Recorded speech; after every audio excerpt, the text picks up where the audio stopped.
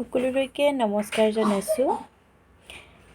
দেখি নিশ্চয় গম পাইছে আপোনালোকে আজি মই বনাবলৈ লৈছোঁ পায়স।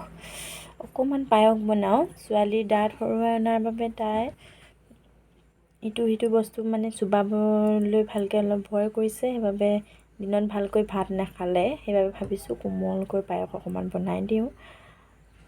সেইবাবে আজি মই পায়স বনাবলৈ লৈছোঁ। তাৰ বাবে যিহেতুকে বনাইছোঁ সেইবাবে মই ড্ৰাই ফ্ৰুইটছ ব্যৱহাৰ কৰা নাই। ড্ৰাই ফ্ৰুইটছ পটককৈ চুবাই পেলাই মানে দাঁতত লাগি গ'লে দুখ পাব। এয়া দেখিছে গাখীৰখিনি উতল আহিবই আৰু এতিয়া অলপ বনাম। প্ৰায় দুমুঠিমান চাউল লৈছোঁ। এয়া চাউল মই তিয়াই থৈছিলোঁ, এতিয়া টুকি থৈছোঁ। আৰু এয়া চেনি লৈছোঁ। মই তেজপাত দিছিলোঁ, তেজপাত দেখিলা চেণ্টাৰৰ কাৰণে তেজপাত ইলাচি ব্যৱহাৰ কৰিছিলোঁ।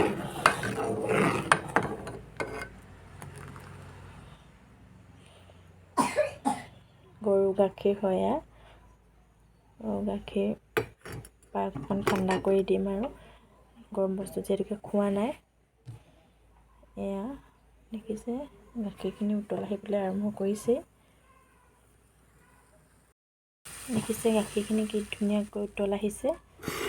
উতল আহিলে গাখীৰখিনি লৰাই দিছোঁ। মই গাখীৰ প্ৰায় মই 3 পোৱামান ব্যৱহাৰ কৰিছোঁ। এতিয়া মই এই তিয়াই টুকি থোৱা চাউলখিনি উতল অহাৰ লগে লগে চাউলখিনি মই এড কৰিছোঁ। পায়স যিহেতুকে অকণমানেই মানে বহুতখিনি হৈ যায়, অলপ চাউলেই বহুত হৈ যায়। সেইবাবে মই ঘৰৰ মানুহ আমি কম যিহেতুকে সেইবাবে মই অলপ বনাইছোঁ। চাহৰ লগত এতিয়া খাব পাৰিম গধূলি।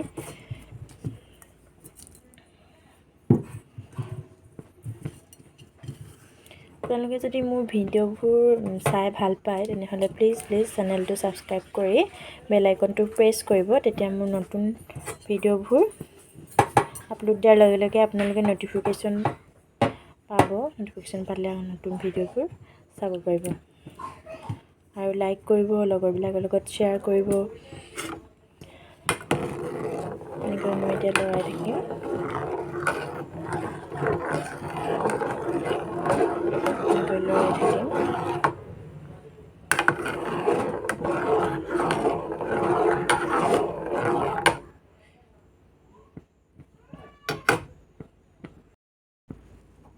দেখিছে কেনেকৈ উতলি আছে। এনেকৈ উতলি গাখীৰটো চাউলখিনিয়ে ধুনীয়াকৈ ৰিজাৰ্ভ কৰি ল'ব। চাউলটো সিজি যাব। সিজি গাখীৰ লাহেকৈ ডাঠ হৈ পৰিব। পায়সত চেনি প্ৰথমতে এড নকৰিব, তেতিয়া চাউলৰ কণটো সিজাত অলপ অসুবিধা আহে। যেতিয়া পায়সখিনি চাউলৰ কণটো সিজিব, চাউলটো এনেকৈ চাউল আনি পিনি এনেকৈ পিটিকি চালে যেতিয়া চাউলটো সিজা যেন পাব, তেতিয়াহে চেনি এড কৰিব। ফাৰ্ষ্টত কেতিয়াও গাখীৰ উতলি থাকোঁতে বা চাউল দিয়াৰ লগে লগে চেনি এড নকৰিব। স্কিপ নকৰি ভিডিঅ'টো আগলৈ চাই থাকক। দেখিছে কেনেকৈ ডাঠ হৈ পৰিছে।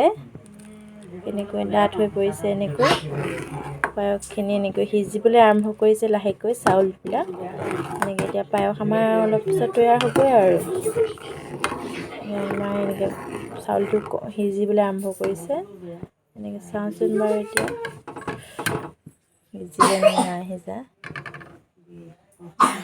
দেখিছে এনেকৈ পিটিকি চালে এনেকৈ সিজিবলৈ আৰম্ভ কৰিছে। অলপ বাকী আছে।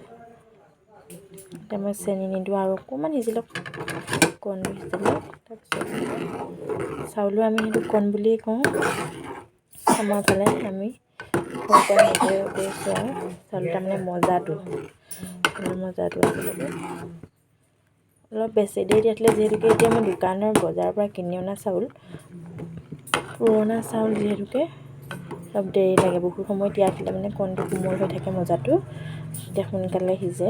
কিন্তু এতিয়াতো বজাৰৰ চাউলটো পুৰণি চাউল। আমি সেই পুৰণি ধানবিলাকহে এতিয়া যোৱা বছৰ উলিয়াইছে। এতিয়া মই বজাৰ কৰাও দিন হ'ল। এতিয়াতো মাহৰ লাষ্ট ভাগ পৰিলেহি, ফাৰ্ষ্টতে অনা।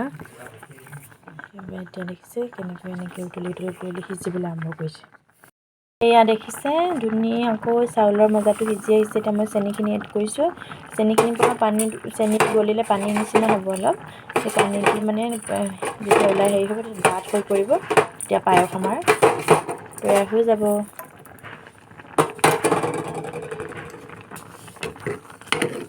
মই এনেকৈ চেনিটো চাৰিওফালে এনেকৈ চবতে মিহলি হৈ যোৱাকৈ এনেকৈ ঘূৰাই লৰাই দিছোঁ।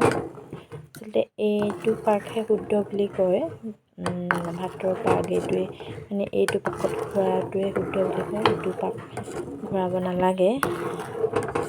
ঘূৰা তেনেকৈ মই এইটো পাকেই ব্যৱহাৰ কৰোঁ। এইটো পাক যিহেতুকে পাক বুলি কয়, মানে ওলোটা পাক, মই এইটো পাক ব্যৱহাৰ কৰোঁ। পাকঘৰত হেনো বহুত কথা, পাকঘৰৰ গৃহিণীৰ লগত হেনো ঘৰখনৰ মানে বহুত সুখ শান্তি সমৃদ্ধি জড়িত হৈ থাকে। এজনী গৃহিণী যদি সংস্কাৰী হয় ঘৰখনো তেতিয়াহ'লে সুখ শান্তি সমৃদ্ধিৰে উপচি পৰে, নহয় জানো?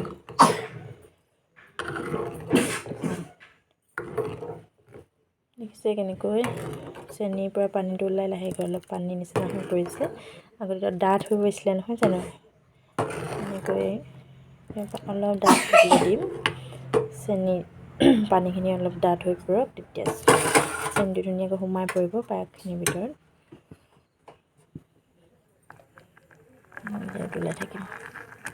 লৰাই থাকিব লাগিব, নহ'লে লাগি ধৰিব। যিহেতুকে এতিয়া কি হৈছে, চেনি আঠা নহয় জানো, ইয়াত লাগি ধৰিব। আৰু ঘিউ ব্যৱহাৰ কৰা নাই।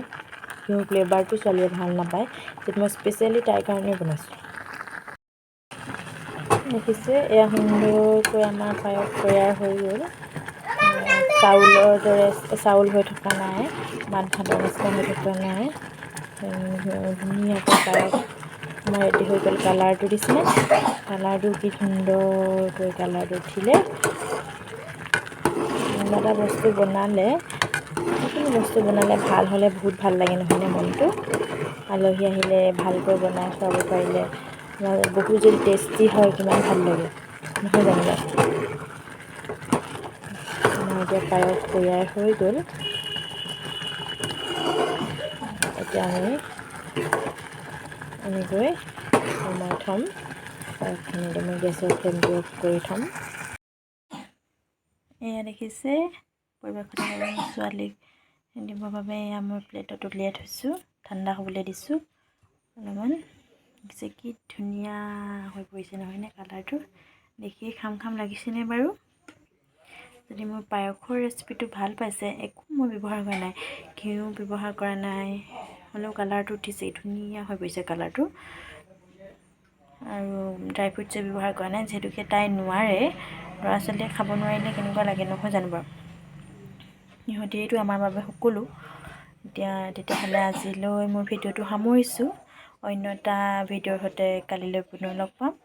আজিলৈ শুভৰাত্ৰি জনাইছোঁ।